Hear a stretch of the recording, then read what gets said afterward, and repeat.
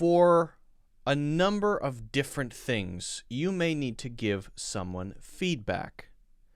That means someone has done something, they've completed something, and they've asked you to say, what do you think about it? Now, if you just say, I love it, it's great, that might make them feel good for a second, but what most people are really looking for is real feedback. That means, tell me something I can do to make it better. Now, one problem then is, if you want to tell them how to make whatever it is better, how do you do it without being rude, without being mean? We're going to talk about 3 ways to give feedback politely. Now, this is really, really important, because if you don't know how to give feedback politely, but you still want to help someone improve whatever it is they've done that they've asked for feedback about, you might hurt their feelings, and that's bad, right? Well, unless you don't care, you can say, I don't like it, this is terrible. Maybe you have that relationship. Some people have that relationship with friends where they can be very, very direct, and I guess that's okay if you want to. Some people just refuse to give any critical feedback of any kind, and they will just never say anything, and they'll say, I love it, it's great, no more. That's okay too. That's fine too, if that's you. But if you want to give feedback to someone to help them improve, I'm going to give you 3 useful phrases. And we're going to talk about how those phrases are used. Okay? But before we get into that, we have to talk about a method of feedback known as the sandwich. The sandwich method. Now, the sandwich method, I'm sure many of you know it, is the idea that you don't just say what you think someone should improve. First, you give praise. That's the bread on top. Then you give all the stuff that people eat the sandwich to get, which is the real point of the feedback. And then finally, you end with praise. Now, the simplest form of that would be, I really like, but, however, I think is really good. Something like that. So, really good, you can improve this, and then good, I like this. Now, it's good to be specific. What is good? What exactly can be improved? And then what exactly do you like about it? Maybe one is broad but specific, and the last thing is a small detail, very specific. Right? Whatever it is, there are so many different things. Maybe somebody has written something. Maybe it's a proposal. Right? Maybe someone has made something, a dish, and you want to give feedback about the dish. So many different things. Now, I recommend that people practice writing, and that you get a writing partner, and you have a prompt or a task that you're both going to write about. Right? So you want to work on your English writing. You both write about the task or the prompt, and then you exchange papers and check each other's writing. It's a great way to practice, having a writing buddy. So let's say that we're going to use the sandwich when we've received, or we've done an assignment, a writing assignment with our writing buddy. We want to give feedback. We want to get feedback. Okay? And first, we're going to give some feedback. We've read their short composition, and it's time to give some feedback. Now, keep in mind, sandwich method. So we're going to say something positive. Then we're going to say the thing that we really want to focus on, and then we're going to say another positive thing. At least we'll do that for the first one, okay? Maybe you could consider, and then some kind of ing verb. This is a really, really common one. Now, if we're talking about writing, we would start with something like this. I really like the way you use adjectives in your composition. Very creative use of adjectives, and it really creates an image in my mind, the description that you gave of whatever happened 2 weeks ago that you're writing about. Okay, and then say, but maybe you could consider giving a little bit more description of how you felt in the second paragraph. Maybe you're talking about the second paragraph, and you could maybe consider doing that. This is very gentle. It's not harsh, right? It's a very nice way to give the feedback. I think there's a thing in paragraph 2 that you could do better. And again, this is just one example, but the structure is maybe you could consider and then an ing. That's the basic structure.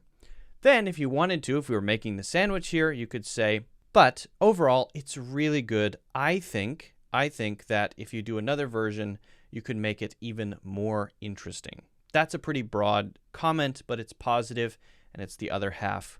It's the other part of the sandwich, the bread underneath. Okay, so that's one. The second one that we can do is, I'm wondering why you. Now, this one is really interesting because it allows us to begin a conversation. I'm wondering why you then makes the other person say something back to you to explain it, right? For example, if we're staying on the composition one, we might say something like, I'm wondering why you decided to use the present tense when you're giving a story that happened 5 years ago. It's a little confusing that you use the present tense throughout. Now, this is after I maybe say the first part of my sandwich, okay? So when I actually want to give my feedback, I'm wondering why. Then the other person has to explain. Well, I was thinking if I do it in the present tense, it will feel more like an action story, or it will feel to the reader more like they're really there.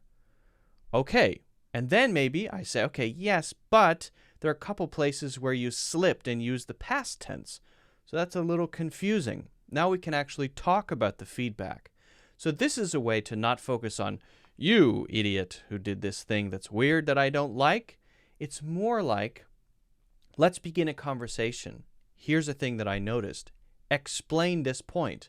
I'm wondering why you decided to use only the present continuous tense and a few past tense verbs. A little strange.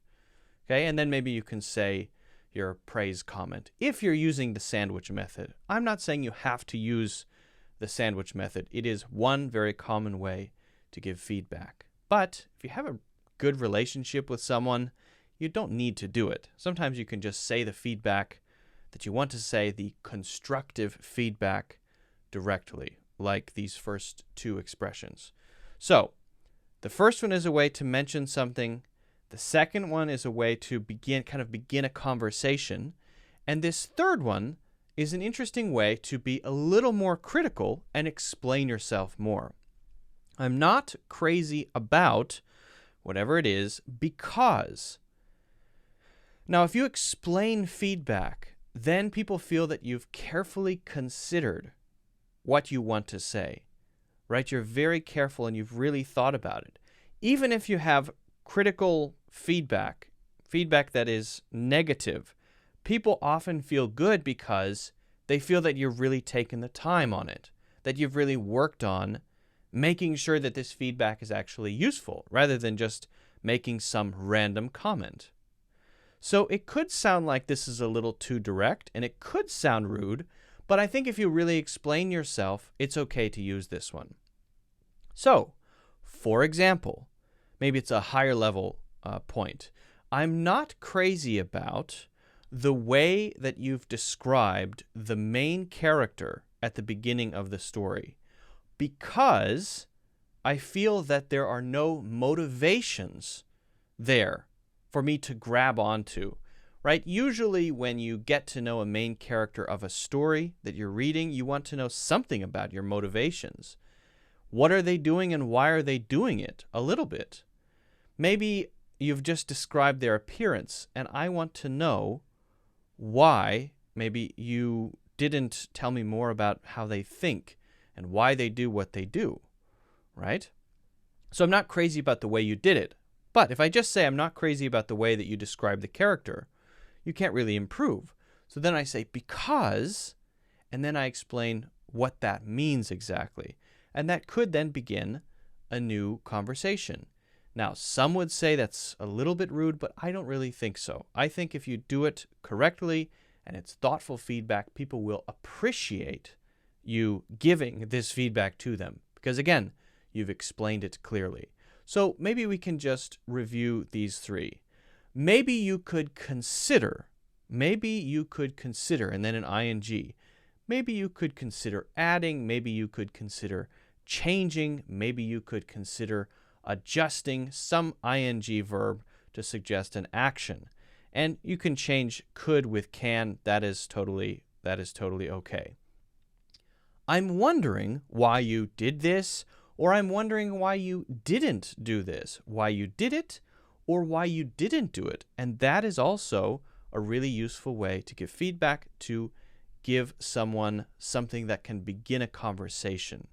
And then finally, we talked about this one. I'm not crazy about something because, and the because is really, really important because it shows thoughtfulness. So I hope that these 3 ways to give feedback are useful for you. I would encourage you to practice this at work, at school, in your daily life as often as you can. Ask for feedback and give feedback. And when you do, make sure it's useful. If you have any questions about this, let me know in the comments. Also, make sure you hit the like button, subscribe and follow, and don't forget to check out my full courses in the links in the description.